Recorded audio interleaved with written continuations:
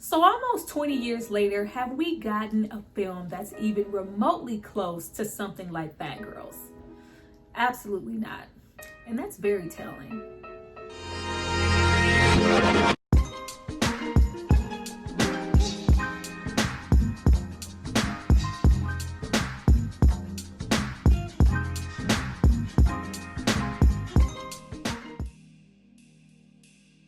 Hi you guys, welcome back to my channel. It's Tyra here with another struggle review, here to discuss Phat Girlz. Now this movie is from 2006 and it stars Monique. Now before we get into all things thick madams, I need you guys to drop down and subscribe to my channel and like this video. I'm going to give you guys a moment to do that, and then we're going to come back and discuss you're going to have somebody who was a size 0 for the majority of her life discuss Phat Girlz. This should be interesting. Go back.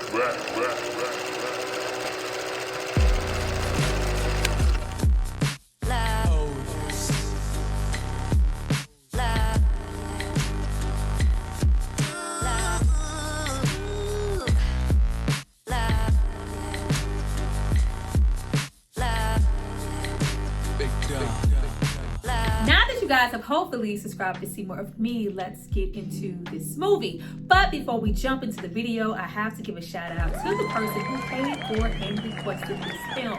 So if you happen to want a little jollof rice, a little foo-foo by the end of this, it's not because of me, it's because of this person right here. Thank you so much for supporting me and paying for this content. That felt really nice to say. I missed y'all. Now getting into this movie was directed and written by this lovely woman right here. I'm gonna put her name on the screen because I do not want to butcher it. Not only was this her first debut film, but she went on to do films like Ben and Ara, and also Everything But a Man that also starred Jimmy Jean Lewis. But like me, I'm sure most of you remember this movie solely based off the strength of who Monique was, how popular she was at this time, and this being her first leading movie role. Now, I grew up watching Phat Girlz, and at the time, I loved Phat Girlz. I thought this was such a fun, loving, funny film, and it still is as of now, me going back to rewatch it. The message about, self-love, self-worth that you get from this movie, it is completely universal and can be felt on all fronts, no matter who you are or what size you are. But this movie did set a precedent as far as plus size representation on film, or should I say positive plus size representation. Going down the rabbit hole to find anything that could contribute to this review as far as film and Black plus size representation, I kept coming up empty and short, and I was just so surprised that no other progress had been made as far as film. And when I got to, even to this day, looking up, new up and coming plus size actress representation, of course I found some, but above all, Queen Latifah kept popping up, and I was like, okay, that was news to me. Like, I don't know, it just never clicked in my mind to identify with Queen Latifah as plus size. I always thought, she was busty, but I always looked at her as thick, and I can say the same for a lot of other actresses that came up. But I was just like diving into that fine line of, what's considered thick, what's considered fat, and what's considered curvaceous, because apparently what I thought it was wrong. Now, of course, that is just a fine line to walk altogether, because according to Instagram and Twitter and every other social media site, videos, TV, thick is something completely different, and it's surgically enhanced at this point. But as far as what we have today on the acting front, Natasha Rothwell came up, aka Kelly from Insecure, love her. Raven Goodman came up a whole lot, and also Danielle Brooks, aka Tasty from Orange is the New Black.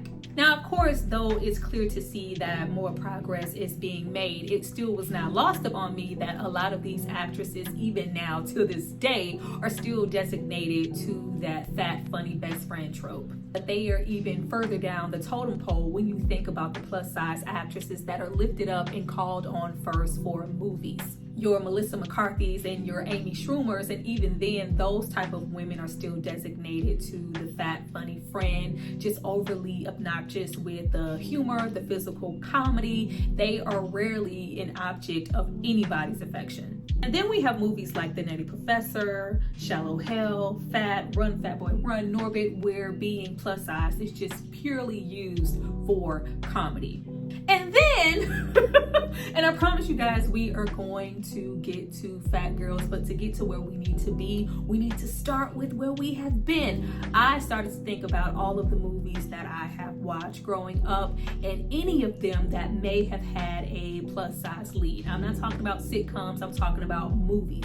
I thought about She-Devil. She-Devil slapped and was my stuff. Mary Fisher Lives in the House by the Sea, and she stole my man, like Roseanne Barr and something like She-Devil. The representation of what she had there, the treatment from her husband, tired, and I was like, dang, was there anything?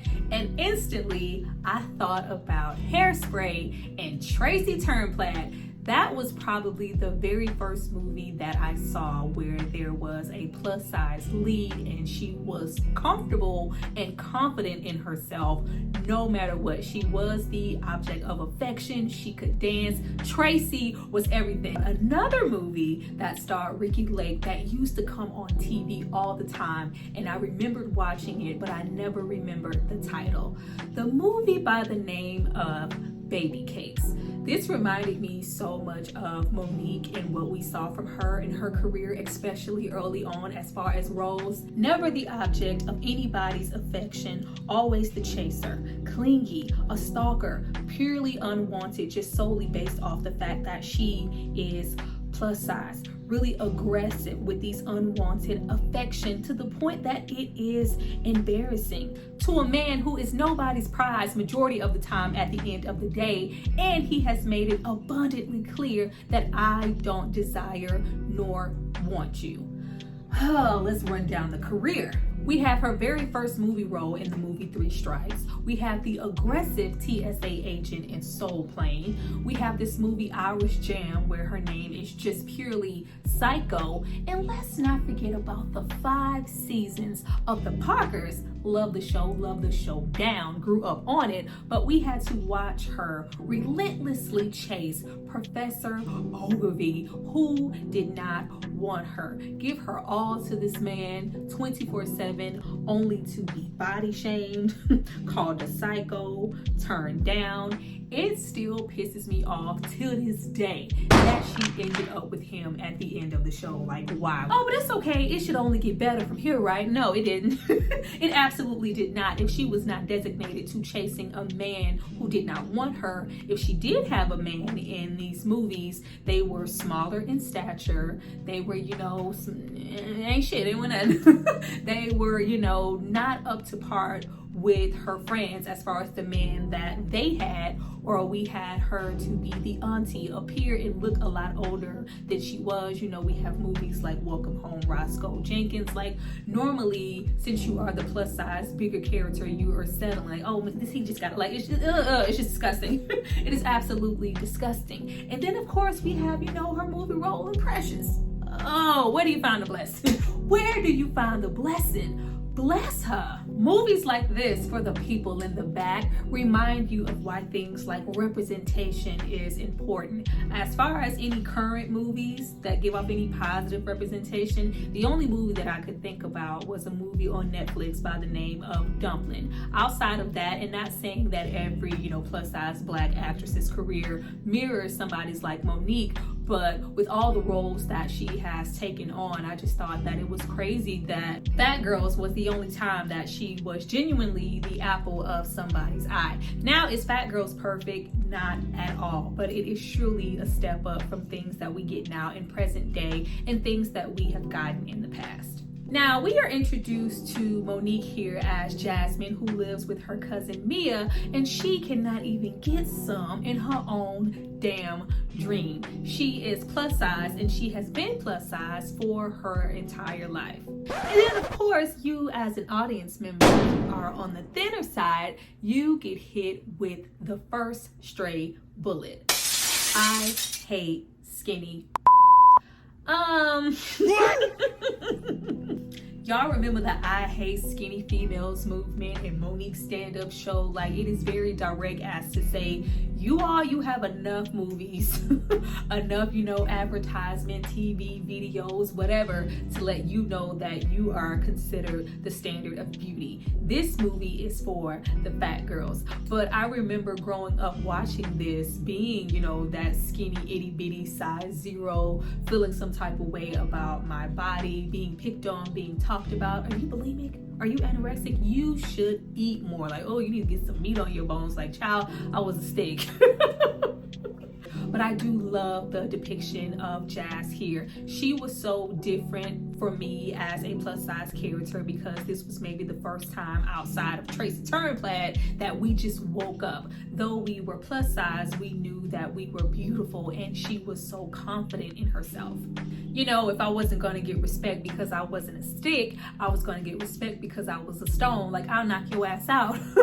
I love that, even though down the road in the film is considered, a toxic trait that she is willing to pop off as soon as somebody disrespects her. But when is the last time that we have seen a plus size character be confident and stick up for herself mentally and physically when somebody comes for her? I love that about her, the whole I'm not fat, I'm sexy, succulent, like the whole thing, her trying on the clothes, even though, it's played for laughs. I think these damn clothes is shrinking. Like, no, boo-boo kitty, your ass is getting bigger. Like, even though she has that thing that's in the back of her head, especially when she looks at herself in the mirror and her body image and all of the dietary things that she has on her dresser. Characters like Jasmine are normally written to, constantly be self-deprecating. Oh, look at me, I'm disgusting. But even though, my clothes are, getting a little tighter, or it takes me a second longer to find something to wear, I still look good. Like, I love that about Jasmine. She is such a good character. She has goals, ambitions, dreams. She wants to be a designer and has all of these beautiful sketches of plus size clothes. I was like, oh Lord, she done came mighty far. Like, I'm trying so hard not to curse, but the fact that I've never been plus size, but I have plus size friends, family all my life, and for all of a solid minute, the only place that was catering to plus size women was Lane Bryant. Like, oh my goodness. Lane Bryant and Ashley Stewart, from what I can remember, like, just the thought of people not having the forethought to design or just feel like, what am I supposed to do with your body type? We don't have any, like, it is just so diminishing to go into a store and everything that you see that is supposed to be meant for your body, there's no effort being put into it. It looks like something that's on your wall, somebody's couch, some curtains. It is just so tacky and trashy. So for what Jasmine represents here, it is extremely important and really low-key ahead of its time. And just Monique here as a whole. I remember growing up watching the Parkers. I always thought Monique was just so freaking gorgeous. I thought she was so beautiful. She was so stylish. It's enhanced even more here because of the dynamic and the career choice. But Nikki Parker was always just so super duper fly, whether it was her clothes, her hair, and just her beauty overall. I always thought she was so beautiful. Like, it's so present here in this movie. And then not only do we get into all Monique's juicy beauty, we get the comedy on top of that. I was born to be a runway model, so blunt, so fun, so everything all the guys want. Pow! Drink in the face. Count to 10. Like, I love that. Or even the whole bank scene. Like, Monique is freaking hilarious. Like, her physical comedy or just her comedic timing. Like, we know that she is a comedian, but a lot of times that does not translate on film. She is just so funny when she is in her element. Jenny Craig, how about I suggest this ass whooping? Like, yeah, I'm gonna have what she had, but while you're at it, make that skinny ass protein patty a fat ass double beef patty with mayo. Put the bun back on there. Slap on some bacon and cheese, and when you're done, slide up some chili dogs, 2 fat ass fries, an onion ring, a pecan pie, and a jumbo chocolate shake. And I'll have the same. Like, side note, though it is played for laughs, we are definitely gonna get into the depiction of plus size people constantly eating and indulging, like overindulging in food on TV and film. That has always been like super duper problematic to me. Every scene, especially in plus size films, the plus size lead or side character or whomever is depicted to be constantly eating 24/7. And of course, this is why they are the size that they are. They are constantly eating, going up to Fat Ass Burger and ordering a large amount of food as to say, see, if you could control or suppress your appetite, you could get smaller. Not saying that, a lot of people don't, overindulge in food or eat really unhealthy things, but rarely in these movies do we talk about metabolism, how active is this person, family background and history. Like constantly when you come for somebody about their weight, you can only target me for my weight, when here in this Fat Ass Burger I can target you for several different things that make it even funnier. I love you so fat you can't fall down. Like, sir, you worked hard on that one, didn't you? You so ugly, your birth certificate is an apology letter from the condom factory. Like, I ain't even go all the way in because they trying to demonetize a girl. But not only do we get really great things here in this movie from a comedy standpoint, but we get something a little bit more serious when we get into situations like the department store where our two leads work, and we talk about things like television, the treatment from different customers, the size of the mannequins that are constantly in Stacy and Jasmine's face that tells them you are undesirable and you do not matter. Even though Stacy, being that conservative, shy, quiet friend who is covering herself because she just doesn't feel beautiful or desired, it is completely different in comparison to what we get with Jazz, who is constantly dolled up, really sexy. Like, she takes pride in her clothing. Like, just because we are plus size doesn't mean, we can't wear certain things. I can be sexy, succulent 24/7. I love how Stacy's glasses were thicker than Jesus. Like, they were trying to just hide all of Stacy's beauty by not only just covering her in all black, but let's put these thick ass glasses on her because all the women in movies with glasses, they are less desirable. Like, y'all gonna stop playing with the girls like glasses all my life. What you saying? Stacy could fry an egg on a hot summer day in the parking lot with them damn glasses. Like, Lord.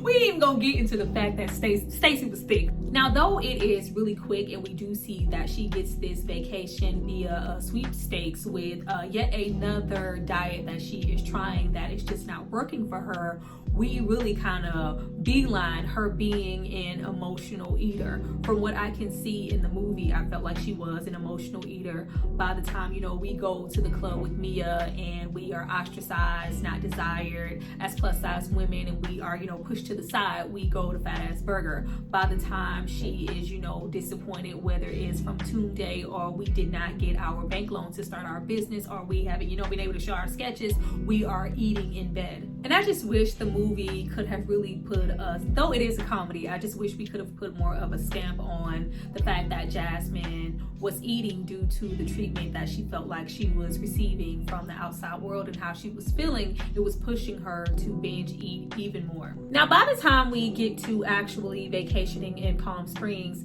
I started to look at the characters of Mia and Stacy differently than I had looked at them before previously watching this movie. When it comes to Mia, she used to get on my everlasting nerves. I did not like Mia as a character. She seemed, really self-centered, really selfish, and not that great of a cousin. Constantly running around, flaunting her body, making sure to try to enforce that diet on her cousin. Don't you want to be small? Don't you want to be skinny? Don't you want to get a man like me? I'm going to find me a rich, handsome gent to spend my week with. Like, yes.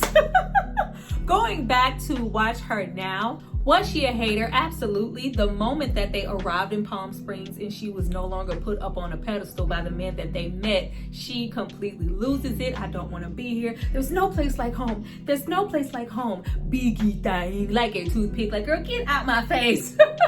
As soon as that happened, you saw some true colors come up off of her. But if we really want to get into a character like Mia, she was probably the most insecure out of all of them, even though she was considered to be the standard of beauty, not only by the people who surrounded her, but also in her own mind. In the moment that she wasn't and she got some pushback, she could not handle it. Let's not even forget to mention that growing up, she also picked on Jasmine for her weight, which is why I'm sure Jasmine kept kept giving her pushback in the movie every time she decided to bring up her diet. What about your diet? Cause even though it was coming from maybe a loving place at times, girl, I don't want to hear that. Look at you and look at how you used to treat me. And the moment that I start to get some attention, or Stacy starts to get some attention, oh, he must be gay. It's like I always said, you know, when it's too good to be true, he must be gay. Like, this has to be a facade. This has to be a dream. There is no way in hell that those men want you to and they don't want me. When she is constantly doted over and asked to dance and asked out and told that she's beautiful, the other two women, Jasmine and Stacy, do not hate on her for it. Meanwhile, Mia is alone in a room praying for their downfall just to have a moment to say, see, I told you so. He couldn't possibly want you. Now, even though once we get to, you know, the Nigerian celebration party, hey, it's good old time, and we have her just looked over, I do love the whole dynamic of this is the space that myself, Jasmine and Stacy are in constantly. We are always treated this way. We are always ostracized or made to feel undesired because of our weight. And you are here for one day having the same experience and you could not handle it. And that brings me to Stacy. I really love Stacy as a character. I love how supportive she was as a friend. I love, you know, the transformation that she goes through, you know, when they take off her glasses and give her a blouse. Her whole journey into self-worth, self-discovery, you know, discovering more of her sexuality. Stacy was doing what she's supposed to do on vacation. She was getting it in. She was getting it in the whole time with Godfrey. But what I did not like is she only finds this out about herself via a man, because you know we need a man. Like, oh. Stacy only figures out who she is, her sexual problems. You know, it's okay for me to get it in the middle of the day. It's okay for me to show some skin. It's okay for me to laugh, dance, hold my head up high. Really, you know, maybe give off a little bit of that energy that Jasmine gives off. I can be that. It's okay for me to be me, who I am in the body that I am in. It is beautiful. It is sexy. It should flourish. But we only get, you know, once we get a little freakum dress from Godfrey. And then last but not least, we get into You Are My African Queen. Hey, the girl of my dreams. Come on now. You take me where I never been. You make my heart go ding-a-ling-a-ling. Oh yeah, my African queen. I love you. I love you. Didn't know that song before I saw this movie. Like, if you take anything away from Phat Girlz, it's gonna be You Are My African Queen. Now, what I love about Jasmine's character is that she already had it within herself. She was already confident. She always felt like she was beautiful. She was always dressed to the nine, always already felt sexy. But it was just like, wow, this man wants to talk to me. I always knew what I had, but nobody else really ever showed me that they appreciated it. Now, of course, via Tunde, we get into Nigeria and we get into the culture of the plumper the woman, you know, the more beautiful that she is presumed, and that is why he instantly gravitates to her, wants to take her out, wants to spend time with her. But let's get into Monique sexualizing Tunde. Like, the whole scene where she is kind of blacking out and she is just looking at his body like, damn, to the point that she can't speak, it was cool. But when we had scenes where it's like, you know, my place and yours, yes, you big, fine, African, spear-throwing, mandingo, warrior, lion chasing, like, oh, whoa! Just because he's from Nigeria, he gotta be a spear-throwing, African, mandingo, warrior, hunter, like, okay. This go around, I wasn't sure how to feel about their encounters with each other. Of course, we are having good times. He is loving the attitude that she has, you know, how loud she is assertive, she's confident, she's beautiful, she's funny. He loves all of these things about her. You know, we get a little money dance, we going, you know, a little nightcap, horse and carriage, hey, mamacita. It was a good time, you know what I mean? But the whole thing with him coming at her from an angle of respect, you know, I respect you enough not to try anything on the first date. You know, I kissed you on your hand out of a sign of respect. Or even the way that she carries herself, like, you don't have to be so defensive all the time or feel like you have to retaliate. Or I thought you left your boxing gloves at home. Like, you're so suspicious. Like, girl, relax. You don't have to be like this. Just know that you are everything. But of course, course, we know as an audience, and from her not being from Nigeria, I live here, and what I see every day tells me something different. But yet and still, we have Jasmine equating how much he likes her to how quickly he tries to have sex with her. Of course, we have old Stacy over there. She getting it in. Having the best time of her life, and here I have you, giving me gentle hugs, a kiss on the hand. It was almost as if she could not place value in what he said to her or how he treated her. I cannot believe you unless you physically have sex with me to show your affection. Normal behavior. Was I supposed to read it as, women being more so on the plus side of the spectrum if they are not desired as much? Does that make them, more impulsive to try to rush into sex to prove that you like me? I'll know you like me once you physically desire my body. I didn't know if I should tie that into self-love, self-worth, desperation. I know y'all in the back like, girl, it's Phat Girlz. It wasn't even that deep. It got deep to me, okay? Once I started to think back and think about other plus size characters and how they are depicted to give it up so instantly, eagerly, and easily because, I might not be desired again. But be that as it may, Nnegest says, girl, if you wanted to get it in, that's all you had to say. I'll be around back at 3 o'clock. Like, this just makes her feel awesome. Like, everything that she already had, it is just completely enhanced. She is feeling good from her head to her shoes, know where she's going and know what to do. Ooh, ooh, ooh, ooh, ooh. She got new attitude, y'all. She was feeling good and looking fine. But this all comes to a halt when she feels like Nnegest has been playing her, and all along he has been desiring a skinny woman. You are going out with a skinny woman, even if this is not what this is, and I just embarrassed you in front of a client and you're a whole doctor. This is always what it was going to be. Why would you desire me? Why would you want me? This is not going anywhere. I'm always going to be a big woman. I'm always going to be plus size. So let's just end it before it ever began. This is really the first portion of the movie where we see her downtrodden and just really talk about herself in a negative light, which I actually like, because in comparison to Stacy's story, I love that it wasn't a man who could, open up her eyes and give her that light. At the end of the day, you have to do the work on yourself as a person and love yourself first. Even though we have Nnegest the entire time, nobody can compete with you. You need to, exude that confident, give self-respect. Don't even let anybody, let alone yourself, refer to you as a bitch. Or even telling her that her body stature is not built to be a size 4 or a size 5. You will always be a bit of a thicker woman, and you need to be okay with that. And regardless of it, I feel like you are beautiful. But he could tell her those things all day long. If she didn't believe them within herself completely, then it was not gonna ever go. So by the time we have her go home and she is just completely depressed, she is emotional, eating once again, like that damn little commercial with the little fat. I hate those little bags of spring mix. I don't want to eat salad. Those little bags of spring mix piss me off. Like, hilarious. Somebody shut that fat up. Like, oh my God. I know this is, the point of the movie where she has a revelation and she has a whole breakdown, which is such a great emotional moment. Like, this is a whole comedy, but that is a special moment that I take away when, she is just down and she finally has a moment of self-acceptance, and she thinks about her grandmother who tells her, you are beautiful inside and out no matter what, and I need you to know that. And she just, destroys everything. You ain't gotta get ugly.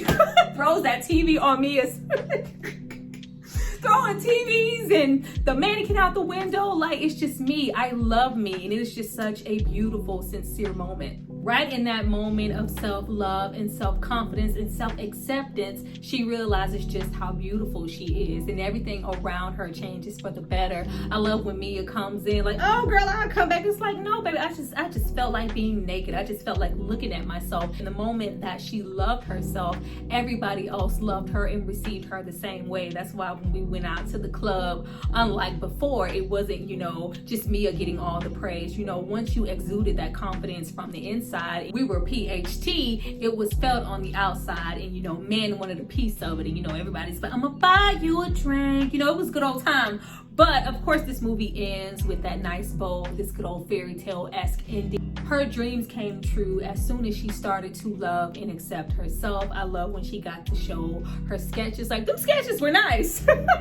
She got to, you know, get her clothing line out there, and just these doors just opened up for her. And in that moment, she remembered Tunde. Like, I love the fashion show. The fashion show was so cute. The thick madame was popping. Like, not only did she open doors up and do something really significant and powerful for herself as a plus size woman, but she did it for so many others and put so many smiles on so many faces. Like, it was just adorable.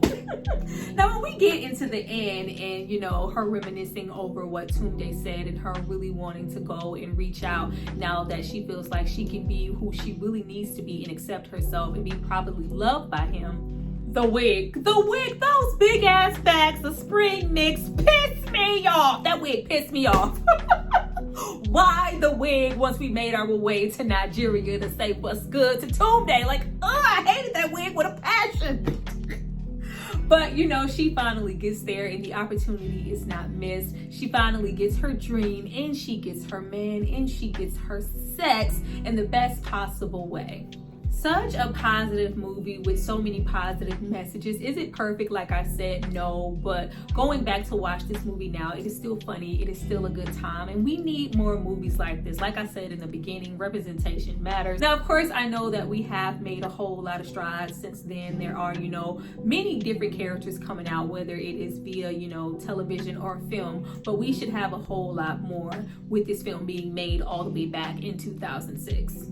Well, you guys, that was my review for Phat Girlz. I hope you enjoyed it. Please drop down and tell me if you did. Like, y'all, run this video up. Run it up, because they have like low-key shadow banned my channel. They are messing with my content. Like, I have had a really tough week, just really wanting to get back into my bag and make my videos. Like, when they start to cut off little things that I can and can't do and say, I'm like, oh, all right, that's cute. But when you start to shadow ban my channel to where it stops growing and people can't see me, that is where my issue comes in. So be sure to like and comment. And, you know, let me get a little coin from, watch out for the big girls. Let me get a little coin from the Phat Girlz video. Thank you so much for watching. I see you guys next time for my next review. Bye.